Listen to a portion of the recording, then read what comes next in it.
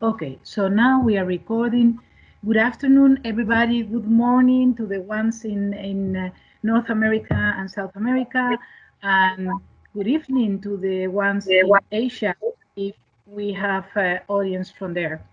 This is the first webinar that ILSA, the Innovation in Law Studies Alliance, organizes. We are going to have many other. You will see the program at the end of my brief presentation. Let me first introduce you to our speakers today. Daniel Lina, I hope I pronounced your name correctly, Dan. Christophe Roquilly from France. I forgot to say that Daniel is from the United States. And Neil Detois from South Africa, Cape Town. We should also have had with us today Juan Antonio Corbalan, but unfortunately he is sick. So he told us yesterday that he won't be able to join us. But no problem, because we were already struggling with the fantastic speakers we have to have enough time to listen to their incredible point of views and reflection. We are recording this, so if somebody wants to say something but doesn't want to be recorded, then he or she should tell that to me in advance. Let me ask you all to please take away your videos. There are a couple of people now that have the video on. We only want to see the faces of the speakers, and then as well as the microphone off. So please, the last people that join, Ebru, Karen, if you can take off the video. Karen Richardson, please, if you can take off the video, it will be fantastic.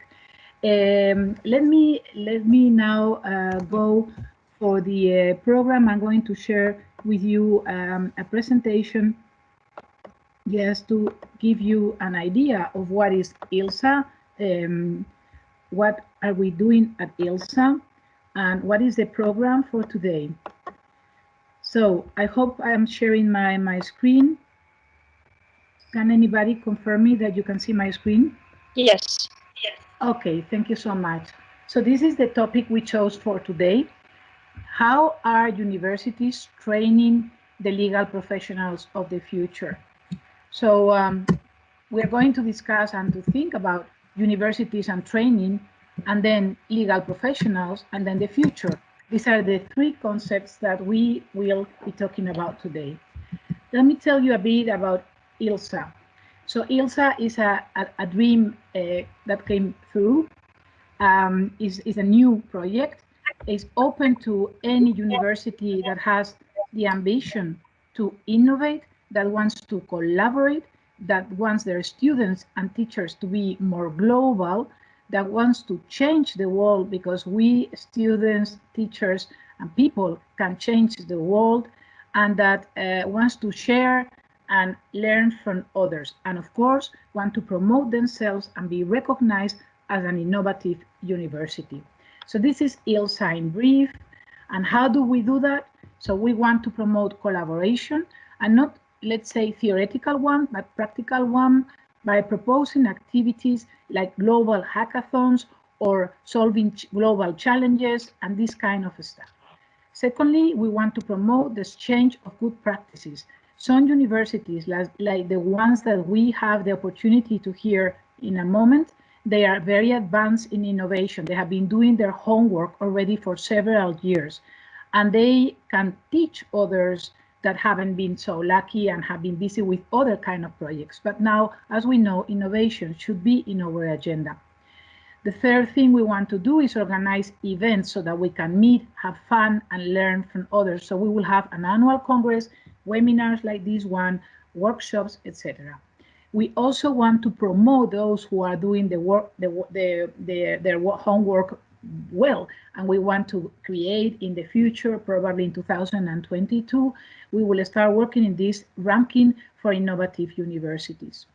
Then additionally, we want to create, probably also in 2021, a network of innovative trainers, because we know already, and Paulius Astronsky is here in the audience, and I hope he can intervene later and tell us the conclusions of his academic research on those reasons that are explaining why law universities are being so slow in change. And one of the reasons is that there are apparently not enough teachers ready or prepared to teach this kind of new subjects, topics, methodologies. Finally, we would love to lobby in case it is necessary in some cases. We know already that some universities would love to do things differently, but all these legal frameworks that are rigid are impeding them from moving and advancing. So in sum, these are our pillars. These are words that we love: innovation, collaboration, best practices exchange, global scope, entrepreneurship, interdisciplinary approach. Let's work together with technology universities. I hope that Dan can explain us their joint venture with the Tech University at Northwestern. Social responsibility, people-centric, and technology. But as you see, technology is the last one.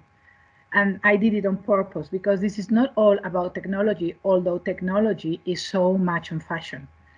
Let's talk about the program. So we will have a three-part event. 7 minutes is the explanation I'm giving you and the introduction of the panelists. Then each panelist will have around 6 to 10 minutes. Now you have a bit more of time because Juan couldn't be here, so just take it for granted and use it. And then finally 45 minutes, and if eventually you want to be a little bit longer, I think we can all stay longer if we have fun. So let's go for it. The questions, in order to try to center the topic, because we got to speak about so many things, we ask our speakers to give us an answer to these three questions. First one, what does the future of legal profession look like? So what kind of legal professionals will the market demand in, for instance, 5 to 10 years? Are they exactly as the ones that are being demanded now? Second question, what should the law faculties do to prepare these legal professionals of the future? So this is connected. And the third one, what is your university doing? Because we want to know about the best practices that these three universities that represent Dan, Christoph, and Neil are doing. Very interesting things, as you see. So these are our speakers. Christophe, he is the Dean, Christophe Roquilly, the Dean of the Faculty and Research at EDEC Business School in France.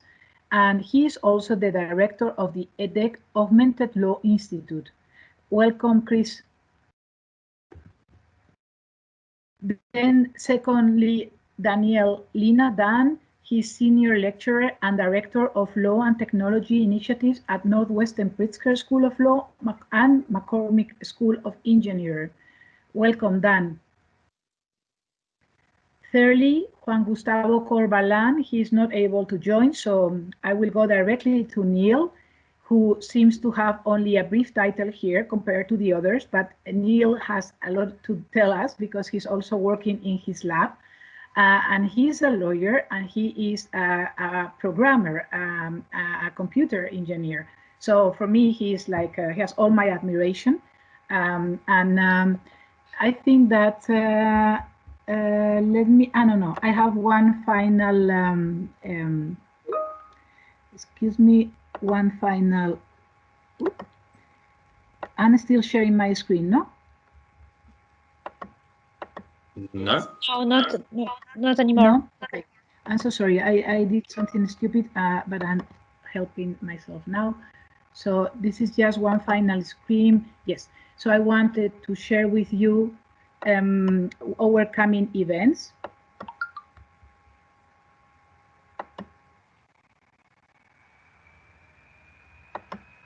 Can you see them now? Yes. Yep. Okay, so these are the coming events. So they are all in the website of the Innovation in Law Studies Alliance in the events section. But this is what we are going to do in the coming months. Speakers are muted. You are all invited to join.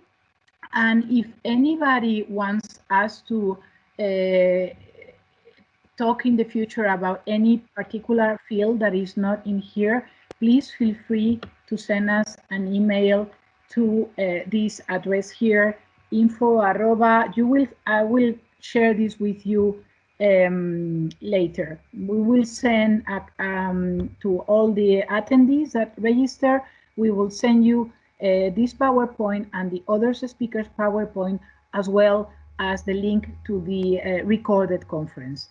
So this is it about ILSA, and now we are going to start the debate, and we decided to do it in alphabetical order. So I think that is Christophe time, then it will be Dan, and then it will be Neil. No, is that what we said?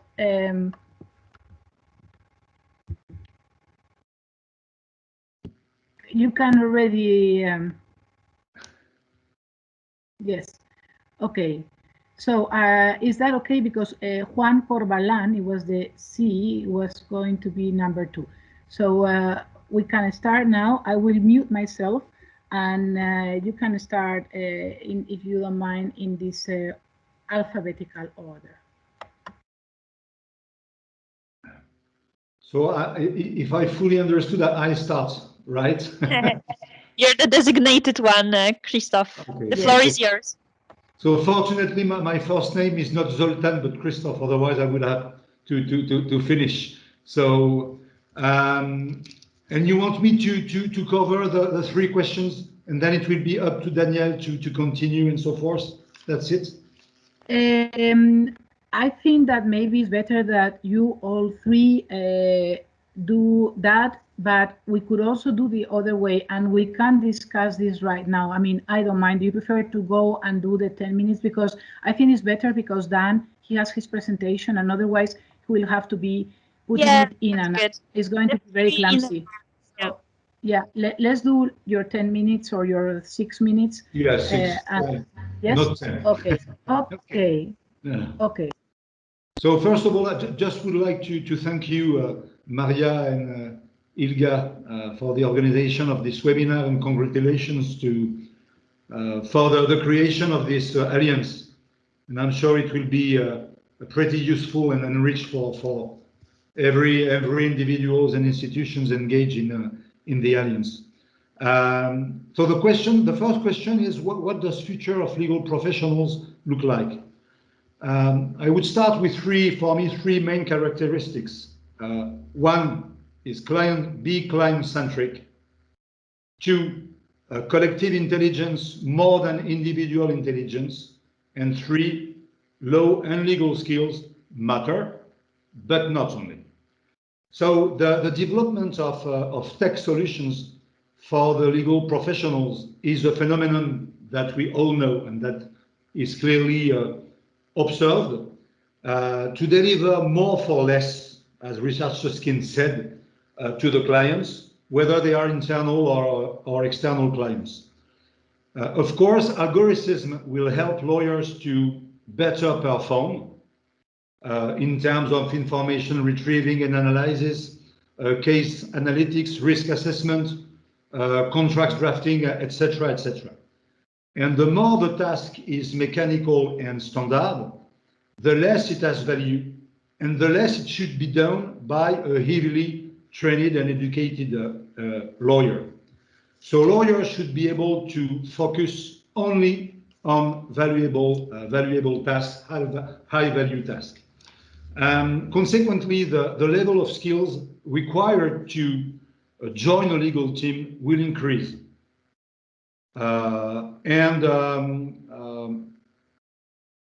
I think that law firms and legal departments, so in-house counsel, will recruit less and less people for basic tasks, basic missions, due to this legal automation.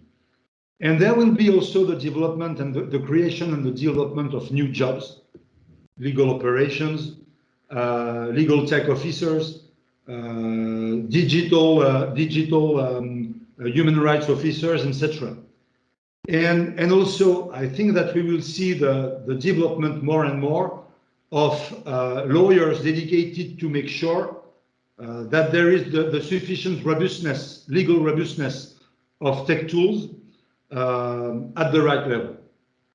So you see new professions, new jobs, and also new way to do current jobs existing on the market. So to conclude on this first question, for me, really the key point will be client-centric. Because indeed, due to legal automation, clients will expect more empathy, more availability, more engagement from their lawyers, and also to be more and more not only client-centric, but also team-centric. Because the legal manager, the partners in the law firms, etc., they will have to take care of the talents they have in their teams. Because even if technology is key and will be more and more engaged into the legal professions, at one moment it will be commodity.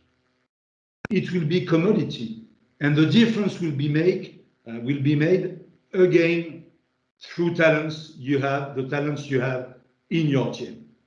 And we all know that sometimes some law firms, they don't really take care of the talents they have, and you see people going in, going out, sometimes for obscure reasons, and at least there is a cost for the company. Question 2 was what should law faculties do to prepare the legal professionals of the future? So one is make sure that the students master the legal fundamentals, as usual, but do it faster and in a more efficient way. I think I take the example of France. I mean, in France, you have to do at least usually 5 full years of studies in a law school to expect to start your career as a lawyer. 5 full years, only fueled by legal content. I think it's not going to be possible in the coming years. It must be more efficient and faster. Secondly, make the students more agile. So I mean to be able to easily switch from law to business. If I talk about business lawyers, of course, law to business, tech to law, law to tech, etc. Develop their soft skills and especially their team spirit. I mean, myself as a lawyer has been educated in a very individual way to perform individually and not to perform as a member of a team composed by different profiles and different kind of people. And so to be able to develop their collective intelligence more than their individual intelligence when they join a legal team. Learning and reciting law by heart is useless. So we need to push students to think more by themselves, okay, and not to learn again and again and again legal content. At least we all know that we forget maybe 80% of what we have learned during all these studies. Communication skills. Again, as a future legal professional, to be able to switch from a legal jargon to a language which is understandable for non-lawyers. And this is so important, especially when you discuss with clients who are not lawyers, even if they work in a law firm. Tech culture, develop their tech culture. Personally, I do not believe that we have to train for all students future, coders and people who are very agile in terms of coding. It's a rare resource on the market, I agree. And if you know how to code, and if you're a good lawyer, it's a plus. But the market does not expect all lawyers or future lawyers to be coders. It's not true. It's not true at all. Through what I have seen and analyzed. So it's more a question of culture, of mindset. And the more you know about the machine, the more you know about the so-called robots, the less you will consider them as a danger or an obstacle or something which could destroy your job in the company. Take them as an addition, more as a replacement. So we need to educate our students in that way. So to put it in a nutshell, create all opportunities for students to develop other forms of intelligence rather than only the legal intelligence. Okay, so I mean the pure legal expertise and legal knowledge. I mean business skills, digital skills, and soft skills, leading to what we call an augmented lawyer and augmented lawyering. You have other skills, and you're not only a kind of robot to repeat and repeat again the same legal reasoning. Last question 3. What is your university doing to shape legal professionals of the future? So I'm not working in a law school, I'm working in a business school, but with a strong history and emphasis in the legal domain. So we train future lawyers, we train lawyers, sometimes with a partner, which is, and I saw one of my colleagues of the Catholic University in the participants. So we have a double curriculum at EDEC, 4 years of studies, so 3 years of studies plus 1 gap year, okay? And we train students, legal studies, business studies at the same time. I would say 50-50, okay? There is a huge demand on the market to have this kind of profile, not only educated through legal skills. Sorry?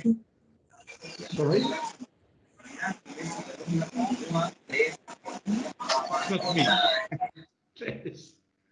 Someone was, yeah, so, thank you. So we are betting on this, what we call augmented lawyer training. We train future lawyers, but we try to augment them with other kind of skills, okay, to be better practitioners. We also engage them as much as possible into collective projects, collective works, and we try to reward them not only, I mean, grades based on their individual performance, but also what they bring to the community, what they bring to their classmates, what they bring to the course, okay? And we grade them collectively. So we grade the team. And the more the team has been performant, the more they receive a high grade. Then maybe sometimes we have some, let's say, we say in French, passagers clandestins, you know, people in the team, they don't work. But it's it's up to the team to manage them. Do you accept to have a sleeping partner, a sleeping classmate in the team? It's your duties in terms of team management. We are also going to, let's say, pass them through a referential of skills we have developed, okay, based on a survey we made with 100 leaders of the legal industry in France. It's a referential composed by 150 skills, which are not legal skills, because we work on the addition, okay, this notion of augmentation. So they are digital skills, business skills, and soft skills. And we try to determine what should be the priority for them in terms of skills development. And we analyze, we measure, and at the end we will certify. Okay, do you have this list of skills which will be crucial for you as a future lawyer? We also try to develop their tech culture, especially through legal hackathon, for them to feel the importance of these tools, to be able to use them in due time, to be able to manage a project and a team using tech tools, okay? Even if they maybe probably most of the time, they will not have to develop themselves these tools, but they need to be able to understand what these tools are, what are their value, okay? To what extent could it increase the performance of the team and create at least more value for the client? And especially it's important, I know it's important for at the law school of the Catholic University of Lille, we practice reverse pedagogy. Sometimes the course is built by the students, okay, and then the professors comment, discuss with the students, add more value, of course, but they have to understand how they can build the content, transmit it to other people, and make sure that the other people have fully understood what it means and what the content was. So to conclude, at least, development of legal competencies, of course, if you want to be a lawyer, you need to have legal competencies, or you're a swindle, okay, or it's a trap, or forget it. Technological culture, to feel easy with the tech and not again perceive it as a danger, and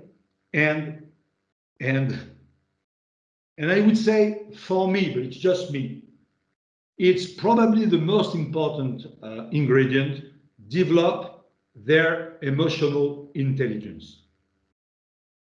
Some really interesting papers published not in legal journals, but in other fields, targeting some specific industries, and especially finance and information system. But I think we could put the lawyers and the legal industry in the same basket.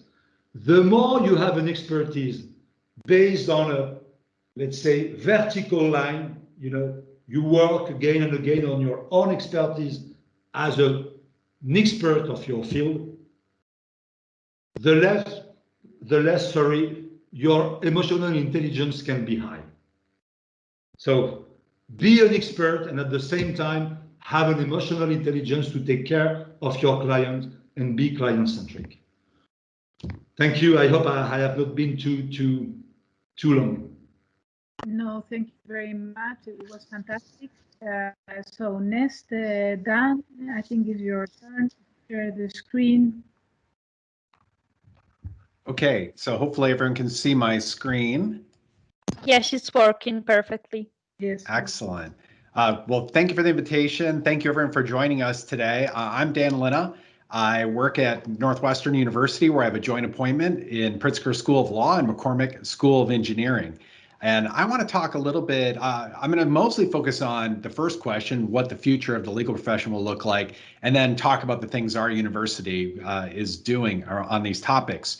And so I think the best thing to do, we can all make predictions about what the future of the legal industry is going to look like, but let's look at some data that tells us what's actually happening in the legal industry right now. And there are a lot of surveys out there. There's a lot of discussion about the way things that are changing. But one of the things I observed a few years ago was that I could go into a room, I could talk to lawyers, and I could say, things are changing and lawyers need to develop these skills. And I could point to a couple of examples, but then they could say, well, those are outliers. Nothing's really changing. Go away. We don't want to change.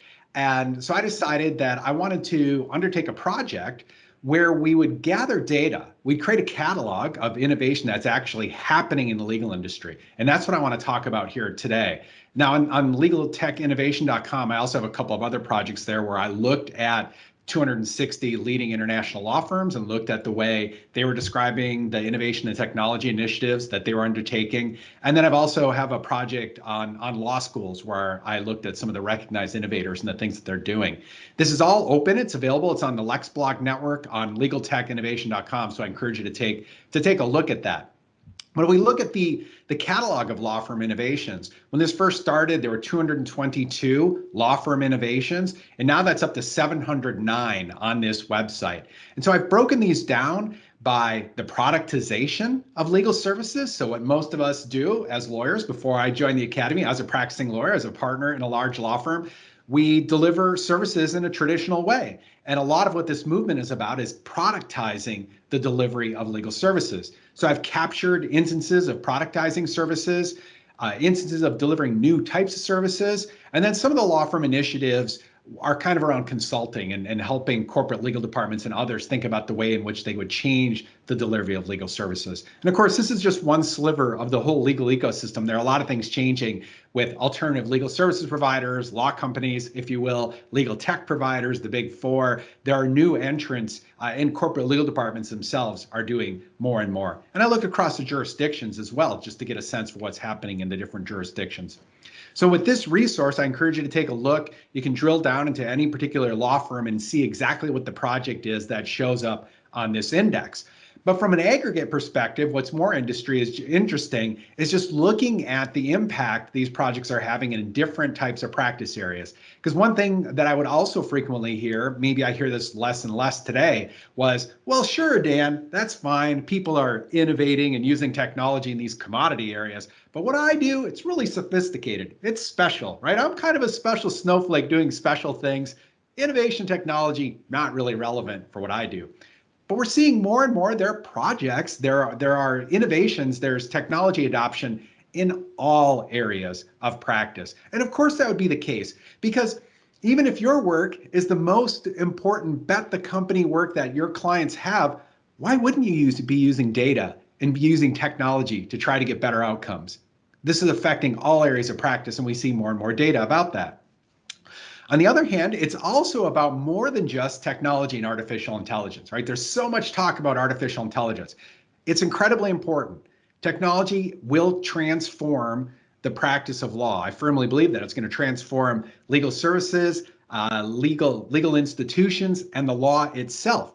At the same time, so I would say that's disruptive innovation in Clayton Christensen terminology, but we also need to think about sustaining innovation and the basic people, process, and data that's going to drive those technology innovations. So in the Innovation Index, we see a lot of artificial intelligence projects, but in fact, the discipline driving the majority, the number one driver, not the majority, is project management. And we're seeing process improvement play a big role, data analytics, basic things like expert systems and document assembly. Expert systems can be very, very powerful, but a lot of them are basic systems that are productizing the legal knowledge that lawyers apply to solve problems and scaling that knowledge. Hey, so here's some data showing us how the industry is changing right now in law firms. If you're in a law firm and you have a project that fits for this innovation index, I encourage you to please, there's a form on the Legal Services Innovation Index, please submit your law firm's innovation, and I'll be sure to include it. We vet every submission. We do research to find other submissions, and we want to keep updating that as a resource for customers in the market, for students and practitioners, but also people in law firms, right? If you're doing work in a particular area, look and see what your competitors are doing with innovation and technology. I've also done some research with Thomson Reuters. And what we did is we put together a survey of law firm leaders. This is mostly in the US and UK, law firm leaders in those jurisdictions, about the way they're using technology. And I want to just focus on a couple of things from that survey. We asked them about the value of contract management tools. And this covered three things: contract management and storage, which is very important to driving these other technologies and understanding what's actually in your contracts. And then automated contract review and automated contract drafting. And we asked them, the vast majority of people said that these tools are somewhat valuable for their law firms, and nearly a majority said they were very valuable or extremely valuable. What's really interesting is when we ask them about the importance of those tools, automated drafting, automated review, and then contract management, how important AI will be for the future of those, everyone said they were at least somewhat important. Now the N is 25, which is a little bit small, but if you think about it, the universe of law firm leaders in the UK and US is not that large, so that's a meaningful number. None of them said it wasn't important. They all said it was at least somewhat important, and a solid majority said it was extremely or very important. What about the value of litigation drafting automation? Well, again, a very solid majority said they were at least somewhat valuable. Now, these are newer. There aren't as many of the tools in this space, but we're seeing more and more tools for automating and drafting of answers, responses to complaints, discovery requests and response to discovery, motions to the court, and all sorts of things. When we asked them what's the importance of AI to the future of litigation management, again, everyone said it was at least somewhat important, and nearly a majority very or extremely important. No one said it's not important. AI is going to be important to the future practice of law. Now, one of the things I'm doing with research, and I think it taps into some of the things Christoph was talking about, is my worries that we may be creating garbage in, garbage out systems in some of these places. We've got some data, but is it the right data? How do we actually evaluate the outcomes? If I show you a machine drafted contract and a human drafted contract, which one is better? Well, the vast majority of professionals have no reasoned way to tell you which of one of those contracts is better. And the problem is we're not evidence-based in law practice. We don't use evidence data. We don't use empirical methods to evaluate the quality and the value of the things that we do. And so that's a big shortcoming. And we need more research and work so that we can better understand the quality and value of what the humans do compared to what machines can do. And so we can better vet these machines and these tools that we're using in law practice. Okay, so I want to tell you a little bit about the Law and Technology Initiative here at Northwestern. And this is a true partnership between the law school and the engineering school, specifically our computer science department. We have deep partnership with several members of our computer science faculty. We're also doing things with people in our robotics group in the engineering school and design group and others. The idea here is that we really want to build community with practitioners, but also among researchers, gather feedback about practitioner needs so we can serve those needs. And so we're doing monthly meetings, we're doing academic workshops and conferences, we're doing research, and we have courses. And one of the things that is a real unique, what we intend to be a unique value proposition here, a real differentiator, is the depth of our true collaboration between legal researchers and computer scientists. And all too often what we see is we're siloed. We're siloed across, we're siloed as a profession. We're not interacting with enough other disciplines. And even in universities, we're very siloed. And we need to break down those walls and have true collaboration, deep collaboration to solve the problems that we're talking about. Part of this is through the courses that we teach. I teach AI and legal reasoning for our law students. I also teach a class called Law of AI and Robotics for our law students. I also teach in the engineering school. I teach a class, Law and the Governance of AI, for our Master of Science in AI students. We have a Master of Science in Law program here at Northwestern.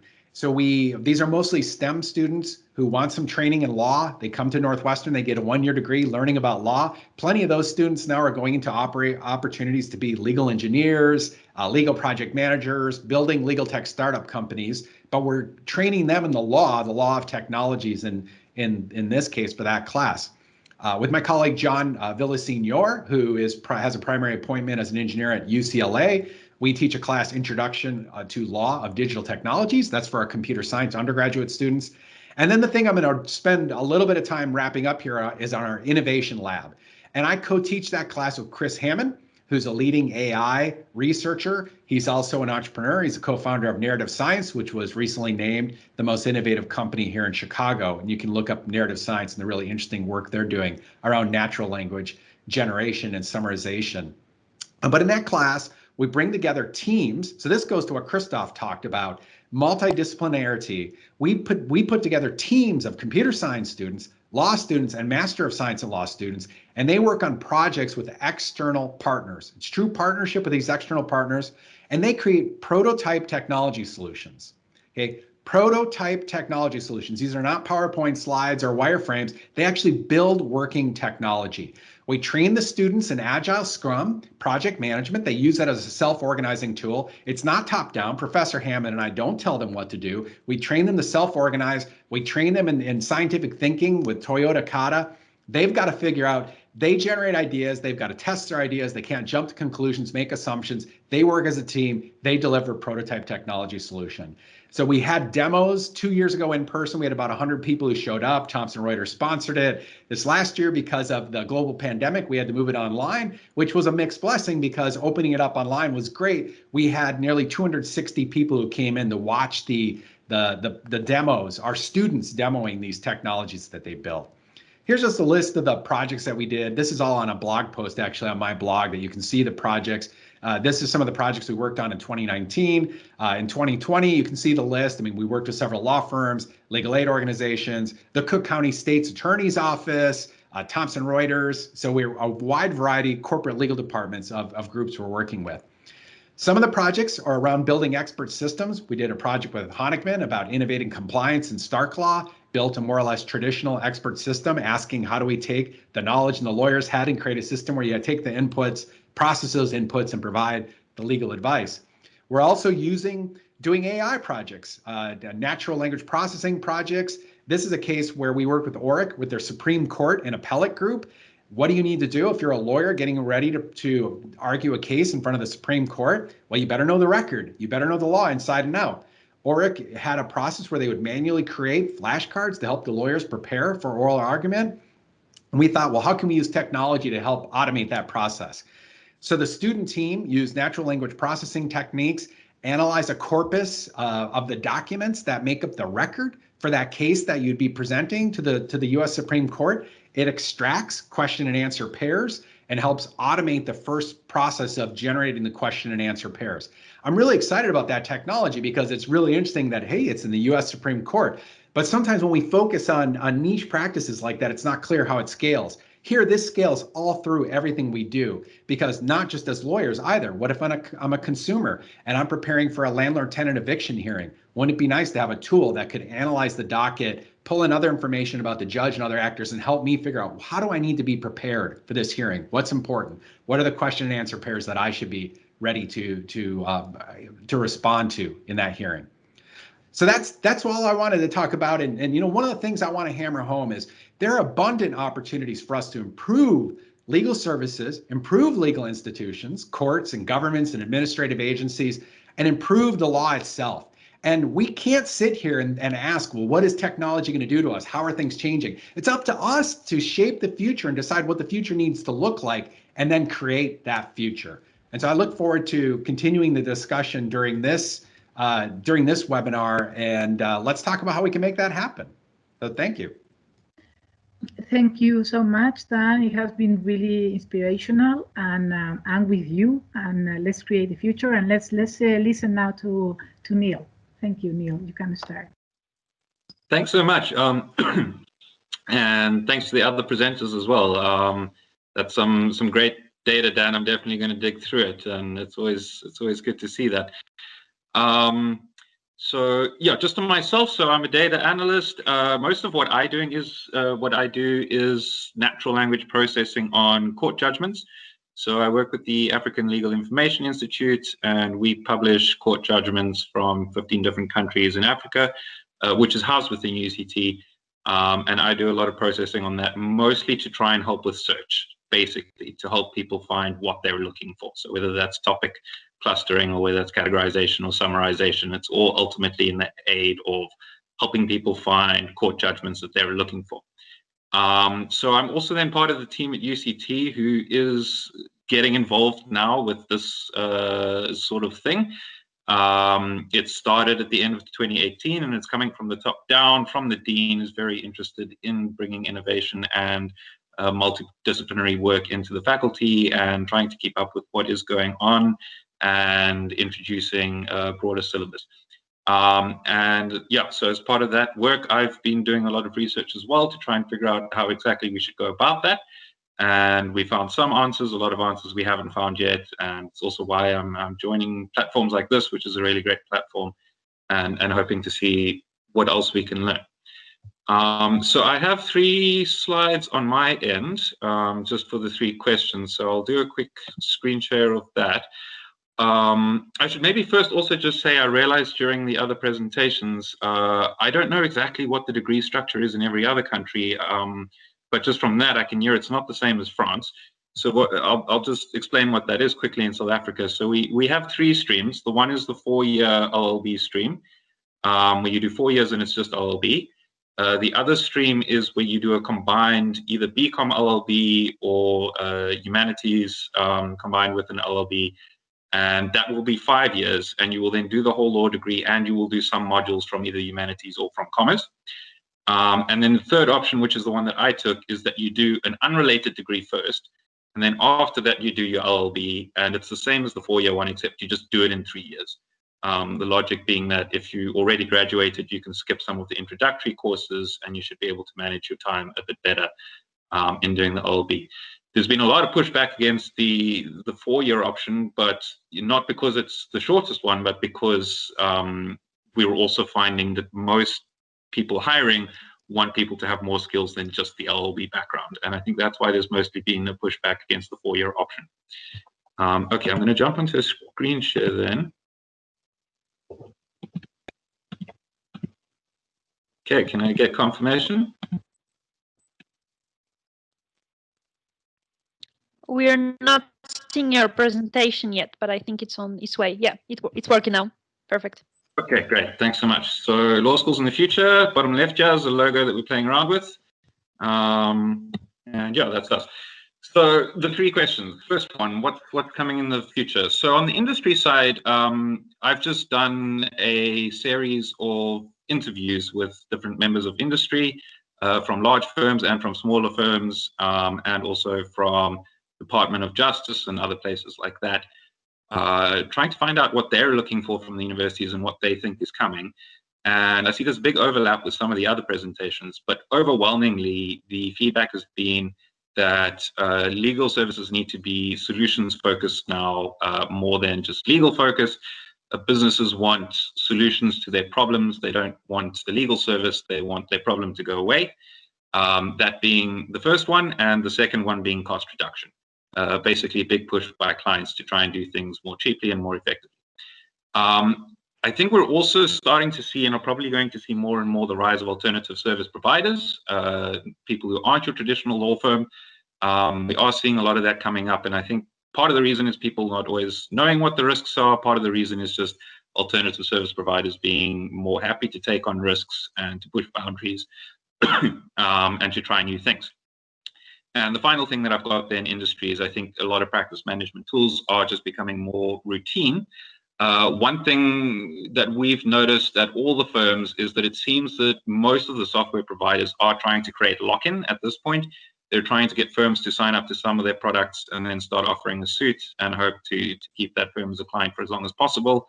And at the moment, at least, a lot of the firms are still pushing back against that and are preferring a scenario where they can choose software from lots of different providers and have them interoperate with each other and not have to get locked in. So it'll be interesting to see how that pans out. The second point, yeah, and this is sort of related to some of the work that I do as well with the court judgments. So one of the things that I do there is I track citation, and I try and analyze how often different courts are citing outside of their court and how often they're citing outside of their jurisdiction and where they're citing and what topics they're doing that on. And something that does seem quite clear, and we don't have the research on this yet, but you know, it's something that I want to do the research on and get the numbers, but it seems quite clear already that there's definitely an element of people relying on the authority that they can find, basically the documents that are easy to access and that they have access to.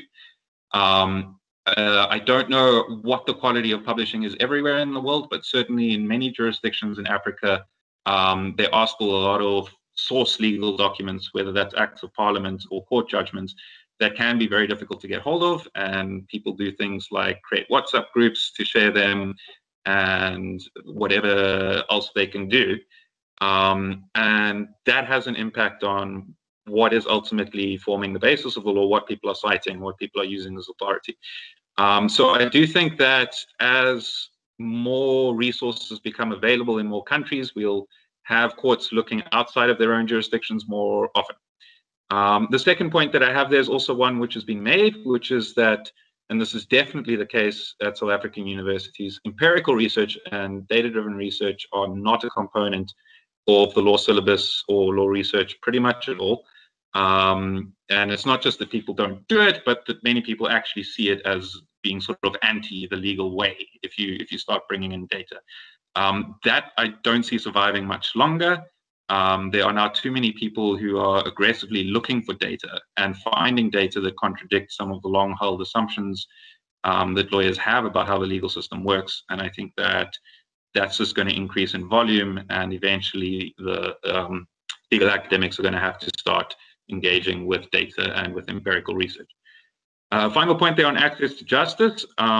There's a lot that one could say about this, and it's also something that I think there are a lot of unanswered questions, so I won't go too deep, but I'll just say that, normally when one looks at digital, when one looks at technology, the sort of overarching fundamental benefit is around scale.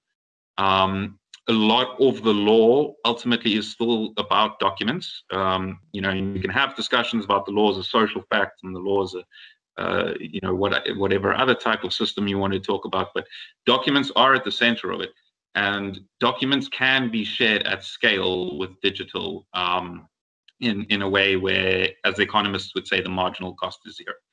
There are other aspects of access to justice, though, which don't scale as well. Dispute resolution, I think, can still scale quite a lot, especially if we start looking at alternative dispute resolution and online dispute resolution.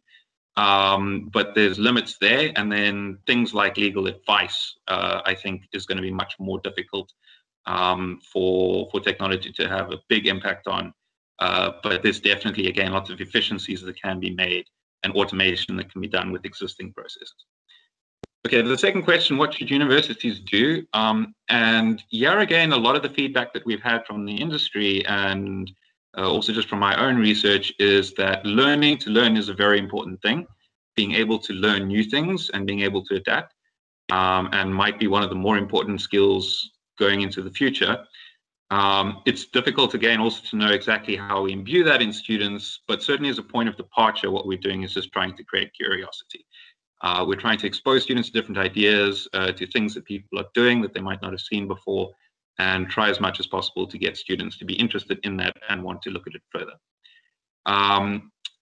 So then we have expansion of the curriculum and making it multidisciplinary. In our case, we're looking at doing that through the combined 5-year stream, because there we already have an agreement with with more than one of the other faculties about how we can structure courses together, and some of those other faculties already have access to technological courses in sciences. I also think that there does need to be an increased use of tools in the curricula. There's always a debate about whether the law schools should be teaching more academics and leave the practical stuff to apprenticeships, or whether it should be the other way around. But I think what is clear one way or another is that some tools are becoming staples and students should get experience with them. The next point I put there is more relevant to research, which is just to say that I do think it's important that academia remains somewhat skeptical of some things, not dismissive, but needing to still engage with all the ideas that people are putting forward, making sure that they are making sense, and calling out bad ideas where they do exist. And then the final point there I've got is around things that are not tech related and things that do also need to come into the universities.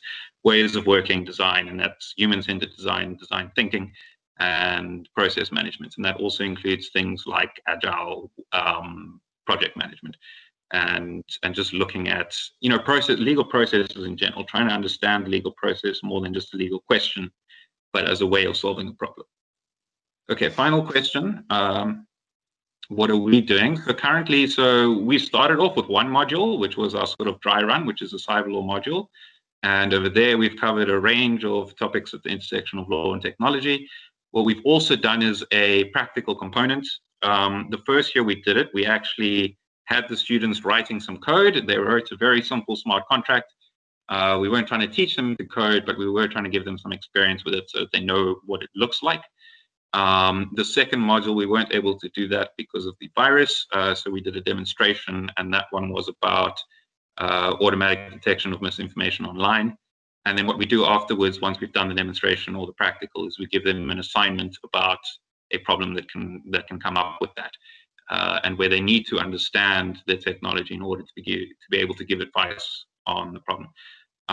Which is, again, I think, going back to the themes around what clients are looking for. Something a lot of clients have also said to us, or a lot of businesses have said to us, is that they want lawyers to understand their business, and to get engaged with their business as well.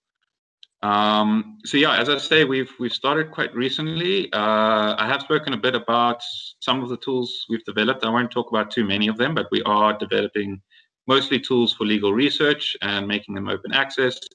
Also just things like publishing bylaws, municipal regulations, to help people get access to that. In terms of what we've got planned, the cyber law module was a dry run. We now want to do a multidisciplinary, a full module offering that people can take in law and technology, and we are working out how we're going to put that syllabus together. And we also want to do research agenda setting so that we can drive not just teaching and learning, but that we can also drive the research that's happening in the rest of the faculty, and with people who are working on other areas of law, but finding that it involves questions about the future or questions about technology. We want to do that as well, and try and push sort of research at the intersection of law and technology.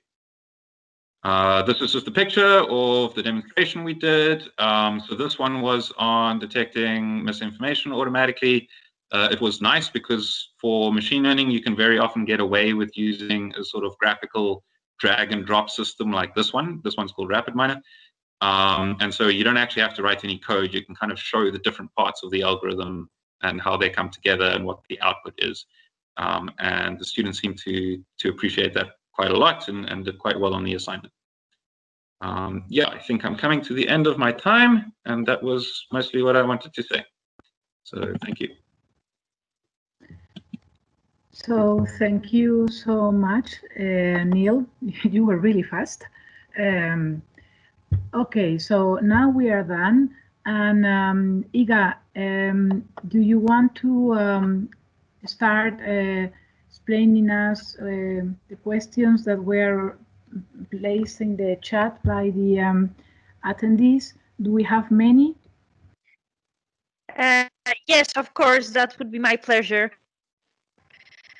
So first of all, I just wanted to say thank you to all the speakers for their presentations, and also encourage all the participants to ask questions. So of course, we are still welcoming the questions, and as we go with the discussion, I'll be looking at the chat to spot the questions and ask them to our speakers. So you can either appoint a speaker to answer a question, or we can do it for you. So there has been a few questions that popped out already, and also there's been some debate already going on. So the first question asked whether Christoph is suggesting the restructurization. Can you hear me well? Yes, Iga, why don't you use the video camera? I think it will be nicer if we can see you as well.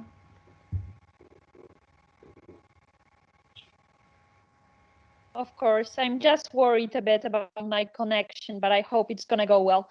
Thank you. So the beginning was directed to Christoph, is whether he thinks that we should restructure the law school programs, whether it should be less academic. So why don't we start with this one? Yes, Christoph, yes. It's a tough question, because first of all, the way law is taught is really different if you compare France, the US, the UK, Germany, and many other countries. So I would say it depends really on the country and the way law is taught at the law school. In France, I would say that it's still to some extent, especially during the first year of studies, but it's not true at the master level, but very traditional. I would even say very old-fashioned. But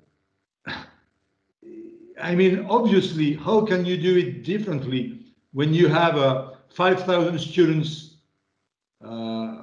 during 1 year of studies, or even 2,000? So you have massive number of people in a big amphitheater with a very unilateral way of. So I think this it would be a first mutation, transform the pedagogy.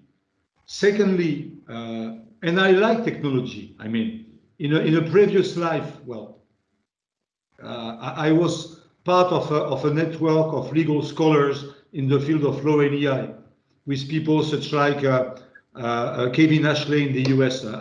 I'm sure Daniel knows him. I think it would be, I mean, we need to put more tech education, more tech mindset development in the law schools. But it would be a mistake to put too much tech and not sufficiently soft skills. I mean, for me, many lawyers, probably there is a lack of tech skills, but also soft skills, And the more the professions will be, to some extent, automated, or the more you will find tech in legal services, the more we will need more skilled lawyers in terms of soft skills, leadership, project management, and again, this client-centric approach. Because, and there was a smart question asked by, I don't remember who in the chat, to what extent clients will accept to continue the same amount of money when they know at least that some subtasks, okay, in the value chain do not have the same cost anymore. So how do you maintain the same revenue when after 5 years, okay, the cost of the technology in the law firm or the legal department is not the same anymore? You see what I mean? You invest money, then you have to receive your return on investment. But at the end, how do you make the difference? And I don't know that in 5 years or 10 years, the difference will be made on tech, because everyone will be equipped, I think. Well, the good companies and the right legal department, they will have the right level in terms of technological equipment. Can I jump in on that? Yes. Christophe, I agree with you completely. And I think that's one of the, a couple of years ago, or even a few years ago, I guess I was talking with some people at a law firm, and they kind of, one of the things I was hearing from them was that, well, why would we buy the technology and figure out how to use it now? We'll just wait until other people perfect it and then we'll buy it. But that misapprehends, to your point, the technology will be available, I believe, to everyone. But if you don't understand how to actually use it strategically in your company, and you haven't built up the culture in the organization about thinking strategically how to use data, how to use technology to really change what you do, and that's not a short journey. I think that takes a lot of time and investment. So the organizations that are investing in those things right now and developing all of their people to think about the way they need to change to contribute to providing, the organization providing greater value. That's a more difficult thing to do in many ways, and far too few organizations are really investing in that, I believe, right now. Totally, because I mean, more and more you as an attorney or an in-house counsel, you see tons of vendors coming saying, I have the solution for you guys to be more performant, to increase your KPIs and so forth. But as Daniel said, if you don't have the right level to understand the technology and determine to what extent it can help you to improve your services and the way you distribute your legal services to your clients, then it's over. I mean, it's like in the car industry. When you have a car nowadays, looking at all the electronics you have in the car, you depend on the car repairs. You pay huge money to them. If you understand a little bit the tech, you can say, wait a minute, I can do it myself, or it's not the right cost. You see what I mean? Mm-hmm. Thank you for the answer to the first question. Actually, I'll allow myself to make a reflection and add the next question to the already initiated forum. So actually, because let's not forget the university's role in all of this, because we are all trying to figure out what's the role of the university here today. And I think, and my observation is that I'm of course very enthusiastic about the direction that everything is going into, but I'm a bit concerned that legal tech or innovation in law is going to become a specialization, while in my opinion it should be included in every law course. What I'm actually trying to say here is, and I think that's a good analogy to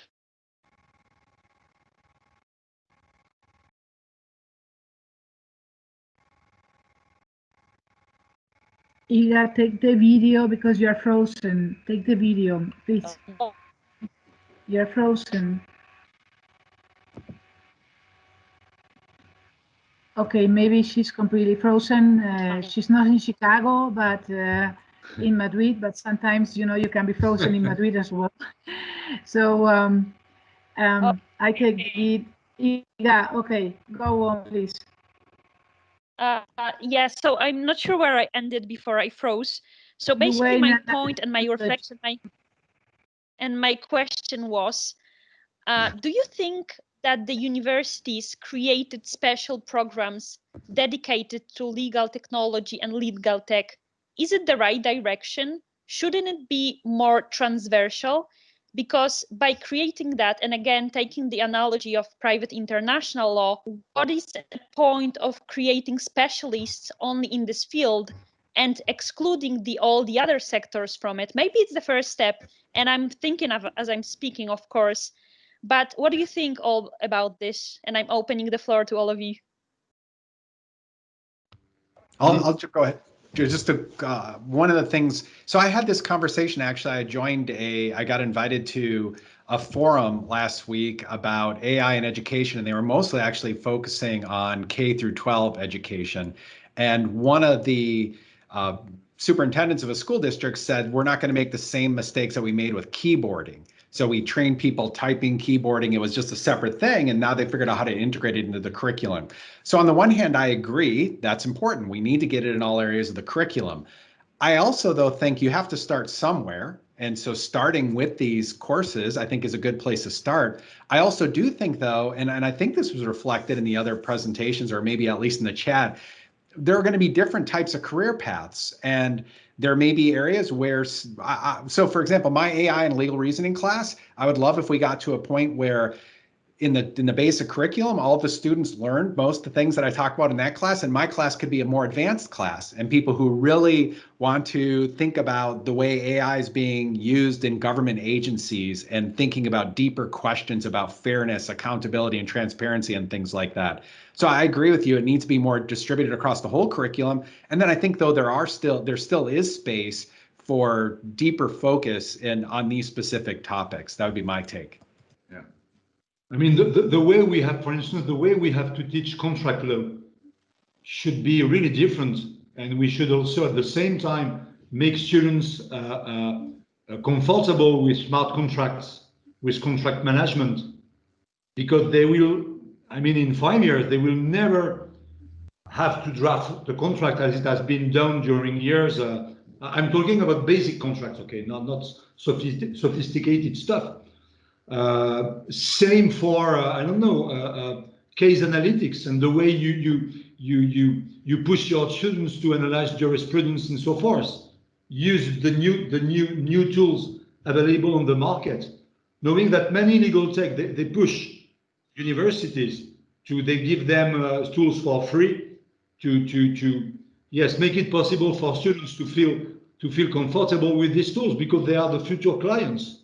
So I mean, the tech vendors, they want to educate students to be, again, comfortable with these tools. But you know, the question we are asking, was the same years ago. Do we have to integrate business education or some basic fundamentals in business in law schools? Same here for tech. It should be the case. Because I think that for the average lawyer, I mean, only educated to practice law and in a very old-fashioned way, it's over. What is the market value for these guys? I don't know. I don't know. I'll jump in briefly on this question. I do think it's a very difficult question. And I think probably one should always tend towards trying to integrate this as much into the broader legal teaching as possible. And certainly the way I think we're trying to do it is to, you know, when you come up with facts for students, instead of just coming up with something fictional, come up with something real. That involves a real problem and something that they can learn about and understanding the facts as well, and not just understanding the law. I did see the comments in the chat here. Do you really believe that all lawyers have to innovate? And I think that gets to why this is a difficult question, because they've asked the same thing in just general, you know, getting corporates to be more innovative as companies. And many of them have found that when they try and create an entire company-wide thing, it ends up just slipping away, basically. Whereas if they then go and instead find people who actually really want to do it, and they put them together and they give them resources and space, often get better results, which is perhaps not a nice outcome, but that's, you know, what the evidence they've seen in terms of how it works in corporate. And I'm wondering how that would translate to law. And I'm also thinking, you know, that there are many people who do work with a certain area that they're researching who won't be as on board as others. And then there's always a question about, like, do you cut them out now, or do you try and force them to get on board, or how do you, you know, how do you get everyone to do this? And what if some people don't want to or don't think it's important? So yeah, I think my answer to the question is, in general, you should try and integrate it as much as possible and not keep it as something separate, but only as much as possible. And it might take time before you really can integrate it the way that you do with the keyboard. May I give my opinion on this? You know, I think we have been talking all the time about the need to be more people-centered or people-centric. And I think when we are analyzing our own field of interest, innovation and technology, we forget that why we are here and why things are happening the way they are happening is because there are people behind them. And let me explain this a little bit further. So, for instance, Dan was saying before that when you ask lawyers about artificial intelligence, they say, no, all of them think that it is super important. But I'm quite sure that if you ask these people, okay, but what kind of artificial intelligence do you know about? What are you using? They would say, well, I have no idea, but you know, I have been reading everywhere that artificial intelligence is very important. So my feeling is that it's because people that are answering to that don't know much about it, that they answer, yes, it is going to be essential, while some of them are not giving importance to other things which are there, and they should give giving then all the importance, like automation, etc. Data. Why data is not, legal data is still not open, and why legal data is still not available? Because we, the people that should be asking for legal data, are not asking for it enough. We are not saying, please give us the data. We need the data because we know nothing or not much about data, and only a few really legal tech entrepreneurs are asking for it, and only a few of us who are trying to starting to understand the key relevance of legal data are saying that. But it's again people. Third thing, teachers and teaching these matters. Why this is still not, let's say, in all the subjects as what IGA was proposing, let's say, part of the private international private law or public international law subjects, because the teachers are not ready, because it takes quite an effort to sit down and think, what is this legal tech stuff? How is this going to affect international private law? What can I do as a teacher to teach my students? And so in the end, I think that a lot of what is happening is due to to us. And I think it's great that we are doing these kind of discussions today, because the goal should be like, okay, guys, you know, what do we consider to be a better solution? In my case, like Iga, I think it should be vertical.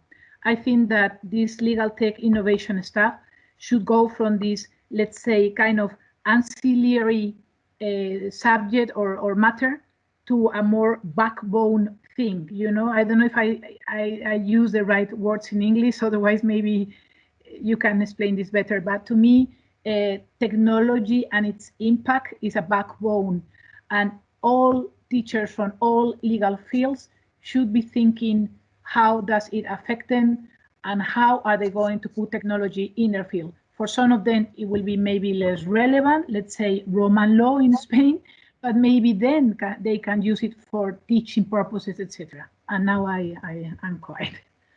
So I leave it there, but I don't know if you agree with me on this. Yeah, but I mean, even over the tech question, I think that everything that can be done to make, I think, to make future professionals more open-minded and more curious will make them more creative in the future. So whether it is tech or something else, but yeah.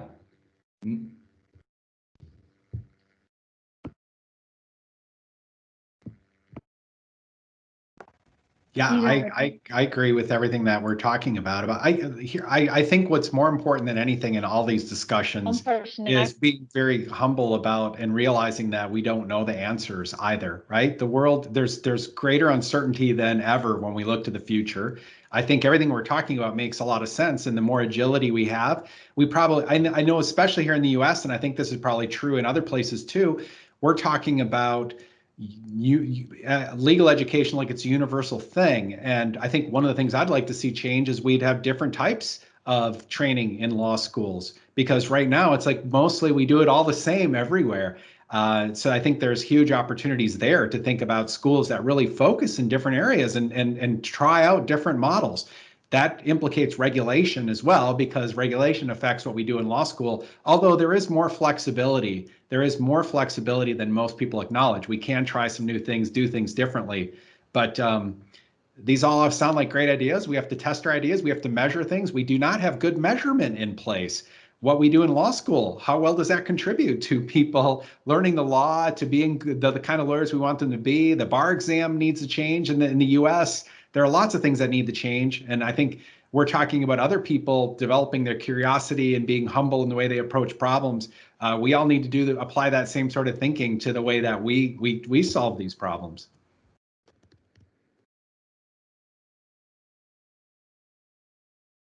But you know, at least also what is important for the students is the way they will be, how will they be recruited or be able to be a practicing lawyer?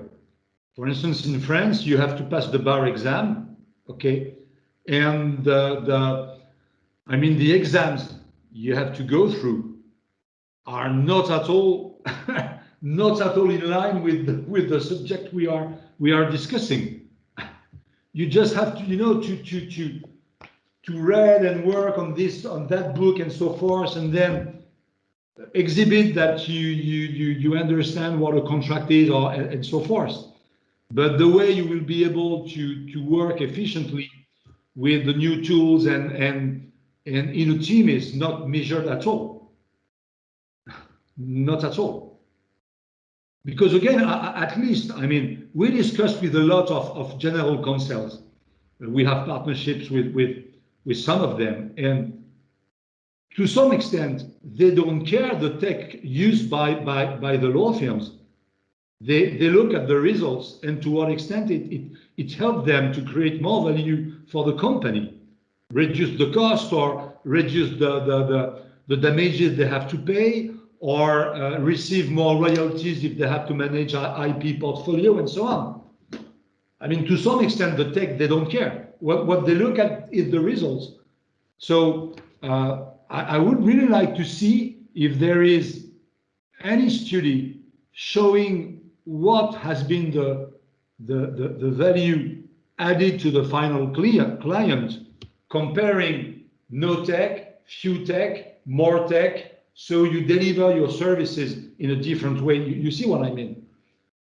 Because at least, I mean, as a general counsel, you want to know what you pay for and for which result. I think. Yeah, it sounds very interesting, your proposal, Christophe. So what is the value that you can offer clients with and without tech, or with and without innovation? Yeah, I think it's interesting. We have some questions, and although two of them have been answered in the chat, then I'm going to maybe say them again so that you can maybe add some more information about them. So one was addressed to Christophe, and the question was, are you proposing a more law school structure, less academic one? So that was a question for you. You know, it's to some, I would say to some extent, it's an old debate, because sometimes what is said to academic academic people is, you're not sufficiently professional objectives focus. But when you're pure academic, you don't have to mimic what is done by practitioner, and the opposite is true. So I mean, for me, the key is to, as much as possible, to gather people with different backgrounds, different cultures, different experiences. Sometimes they are more academic, sometimes they are more, they have more a practitioner profile. Sometimes they come more from the tech dimension, sometimes from the business dimension, whatever. But I think that what counts is the mix. What is worse is to have the same profile in a classroom for the students, because we all know that the way law is practiced, okay, can be so different depending on the context. So what is key for our students is to show them this diversity, and also to show them that there is for them a future in terms of projection. What could I do later? Do I want to practice in a big law firm with a very traditional structure? Okay, junior, senior, manager, counsel, partner, and you're like this or you're out? Do I prefer to work in a smaller law firm, in a legal tech company, in a legal department? Well, I mean, you have the choice. But to make the choice, you need to see all these people with all their differences, okay, to open your mind and make your choice. Otherwise, it's a trap. I mean, and I have many cases in head of young lawyer starting in a big law firm, very vertical. And after 5 years, they're out and they leave the bar. And they leave the bar because their experience for them was so bad. But maybe they would have been so happy in a different structure. So for me, it's diversity as much as possible. And the more, and I think that Daniel and Neil will agree with this, the more you can accumulate experiences, law school, school of engineer, business school, or other kind of education, and you mix, it's costly. And you have to make the faculty accept this situation, but mix your knowledge, because in the real life, this is the way it works, whether you like it or not. So, I mean, be able to work with engineers, understand them, make them understand what you do as a lawyer, find a common language, otherwise you are trapped in your silo. And what will you do in terms of professional career if you're out? Yeah, let us go with the question of Ivan. I think that probably this can be the last question, and then if you want, we can finish with your Twitter sentence so that we can use it as a title for our article. So here that you are, Ivan Rasic from Serbia. He's saying many law schools aren't organized nor run as businesses, but rather a subsidized state agency. So how can they teach business? Is that a contradiction? Is there a possibility for that kind of public schools or publicly owned schools? What do you think? How can they do that? This question's got a short answer and a long answer, I think. The short answer is you hire somebody who is in business to come and lecture. You structure it the way the business schools do.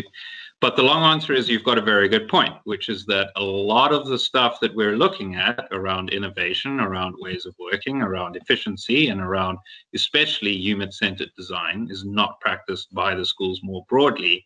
And that does present at the very least a tension. It's a tension because you're trying to teach people these things, but you're also trying to show them the impact.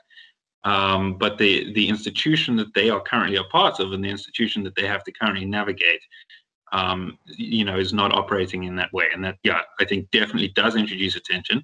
And I do see it as part of our role as people who are involved in law and technology at the universities to try and introduce the broader faculty to these ideas, not just for their teaching, but also for how the faculty itself is run. So it's a good point, and it is a concern, and something that, hopefully we can make some progress with.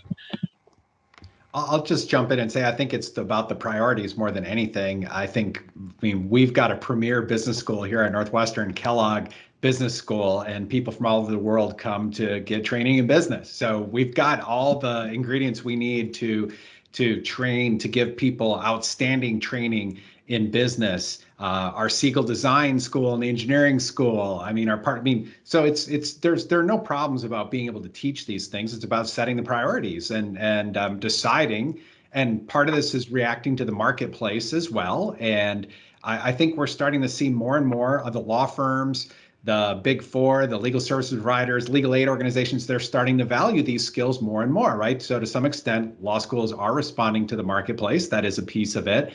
But higher education is going to need to change as well. And I think so some of the points, like when Krista was talking earlier about really large classes, I think that all of higher education has a problem with maybe how do we scale our delivery. And I think that things will change. We'll figure out the things and hopefully the pandemic and doing things online will help us be even better in understanding when we can deliver great value doing things online or with short kind of videos and things like that. And when do we use the faculty resources for the more intensive kind of team projects and building those soft skills, working together, things like that. There's still a huge value proposition for universities around that space. And even in the traditional classroom, I'm sure, but we'll figure out more and more ways, just like we're saying lawyers need to figure out the things that they could automate, that where automation will deliver great value. There are things like that happening in higher education, and we'll figure out the right way to deploy those resources to train students in these areas. So in short, I don't think there's any problem giving the training. It's just being committed to what are the skills we're aiming to develop in law schools. The microphone, Christoph, the microphone. Yeah, sorry. I think that another issue, but I don't want to annoy people with pure academic, problem. But another issue is how do you make a career in academia? Because most of the time, most of the time it's a very classical path. Yeah. You have to publish in the right journals, otherwise, so to some extent it can limit this diversity and the risk taken by academic people in their respective institutions. So the more you find other way to propose different career paths to people when they are brilliant, when they bring value to the institution, when they help students to be well trained and find the right job or the job of their dream later on. But the system needs to be sometimes changed. because the roots to some extent are too classical or too archaic. But it's another story, another topic, I think. Okay, guys, so it's now 6:30, so time to start finishing. We probably finished with more questions that we had. So we had 3, and now we have probably around 20. So it's fantastic. I think that's exactly what we wanted. It's difficult to answer. I think, Dan, you said it completely right. You know, it's time to question ourselves. It's time to question everything. The whole system has to be questioned. The academic career, as you just said, Christophe, I fully agree. The way we teach, the methodologies we use, what the law firms need, where should technology and innovation be placed in the whole program, in the topics, in the teachers. I don't know. We have a lot of questions, but we are going to try to answer them in all these webinars. So on the 13th of January, we have the second one. Please don't forget to put this in your agenda. I just placed a picture with the agenda, and you have it on our website. And then let me just read a couple of conclusions. I think Christophe told us 3 very important things, and this is client and people first. Second, collective intelligence, you know what we are doing right now. And thirdly, law and the legal system matter, but not only. So you talk a lot about emotional intelligence, Christophe, and I fully agree with you. We all need to become very emotionally intelligent. So from you, Dan, we hear that it's important to measure, and I fully agree with you, data, be able to look at yourself and realize that you are not doing things all right. That's something the legal organizations need to do. And I think that a lot of them are scared of that, scared of control, because I don't think that lawyers like to be controlled. You notice that with time and billing, you notice that with human tools or all kind of controlling tools. And of course, you notice that with here, for instance, with the judicial, so nobody wants to be controlled, but you know, control, of course, is a twofold thing. It has a very bad side. It controls your freedom, but on the other hand, is the only way probably to improve and to get all the best from technology. And Neil, with you, I would say that you told us a lot about Africa, which to me, you know, is a very unknown continent, and what you're doing there. And I really hope that this is the beginning of this benchmarking as well, because you in Africa are doing super interesting things, and we probably can help each other to learn from each one experiences. Now I please give you the room so that you can just finish saying whatever you want. We will try to write down a little article on the conclusions. If you have these by written or some ideas and you want to send it to us, fantastic. I took notes and everything is recorded. And just I want to say thank you to Iga for helping me with moderation. It was not easy because, as you see, we are many from different countries. Sometimes English is not the language of many of us, and sometimes it makes it difficult to communicate. So thank you, Iga, and thank you to everybody for having been so active. I think that for being our first one, it has been fairly good. We will improve our next one. And please, Daniel, you first, Rocky, Christophe second, and Neil, you finish. And then Iga, if you want to say bye to everybody. And thank you so much for being with us today. So now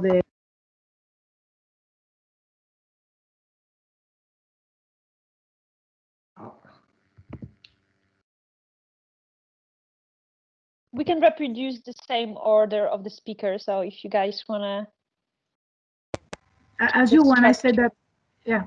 So or Christophe now, and then Daniel, and then Neil.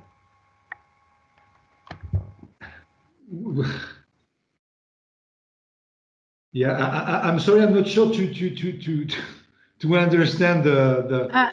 No, the we want just.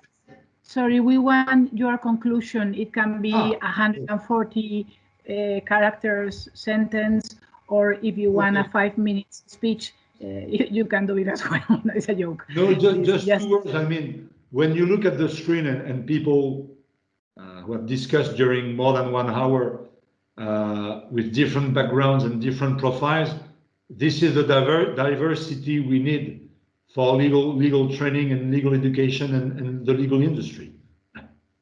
Okay, and when you add all the people, the participants and the questions we saw, and the diversity of countries and experience, the same. So, I mean, the best thing to do for law schools is to open the door. Okay, let people in, new experience, new profile, and yes, different backgrounds to make the legal education more rich and vivid. Because I mean, Daniel was talking about, he's from Northwestern University and law school. I think this is one of the few university in the US when you have a real double degree law and business, as much as I know, not so common in the US, I think, but I'm talking under your control, Danielle. So this is an example that right now not so common or usual in the US, but this is the way it should be done. And nail, yes, juggling at the same time with law and code is law. Yeah, his market value is not bad, I would say. But I think it's not for everyone. I think it's not for everyone. And again, when you discuss with recruiters, whether they are partners in law firms or general counsels, they need this kind of profile, but not for all the people. It's the kind of elite of their staff. That's it for me. Thank you. So I agree with everything Christophe is saying. Well, there are several schools that have a JD and a JD MBA, for example, so that they have, you're getting your law degree plus a business degree at the same time. I do think one of the things that is pretty unique here at Northwestern, there's a handful of other schools that are doing this, but is the level of collaboration between computer scientists, roboticists, and law. And I think we need more and more of that everywhere. So that sort of collaboration is really needed to move us forward. I agree with everything that's been said today about the idea of, like, I frame it as people, process, data, technology skills. My opinion is, though, that we should not be graduating law students who do not understand have a basic understanding of the data science process and statistics and a functional understanding of artificial intelligence. I believe everyone is going to need that. I think that I understand some people don't want to hear that. I hope you can make that something that, I think there are ways to make that enjoyable. There are better and better courses to learn about some of these things and learn computational thinking. Data is everywhere now, and these data-driven tools, data-driven approaches to AI. And I think that we all have to have the competencies to understand that when people approach us with data, when they want to build systems that are making predictions based on past data and implement them into law practice, into legal systems, into governments, if you want to be a lawyer, you should know how to interrogate those things. And maybe there'll be places for you to do stuff where you don't need that skill, but it's getting harder and harder for me to see where that's going to be. That's a basic competency to me for people to be an effective professional in the future. The depth of the expertise, it doesn't mean you need to be a PhD data scientist, because that would take a lot of time to develop those skills. But not being able to at least interrogate basic statistics and data science that's presented to you, that's going to be a big shortcoming, and I think it'll become more and more apparent. And we need to train students in those skills. And if you've left law school already and don't have them, then find a way to develop the skills. There are more and more opportunities to do that. Cool. I think it was me. I'll just say, I mean, I 100% agree with those thoughts as well.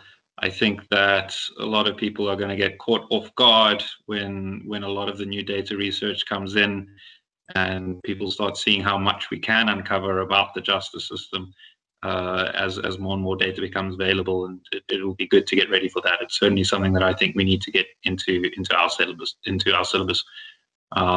data literacy. Yeah, thanks to both of the speakers. I've learned a lot, and thanks for everyone for coming. And I hope that I'll get to see some of your presentations over the coming weeks as well.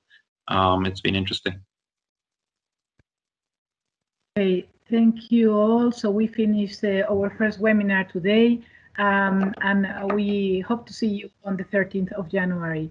Bye-bye. Happy Christmas to everyone. Thank you, everyone. Thank you, Maria and Iga. Thank you very much. Thanks, Merry Christoph. Christmas. Yes, thank you. And hopefully Thank you. to continue all this discussion. Yes, that would be wonderful. That would be great. Yes. Thank you, everyone. Take care. Happy holidays. Happy New Year. Everyone, bye Bye. bye.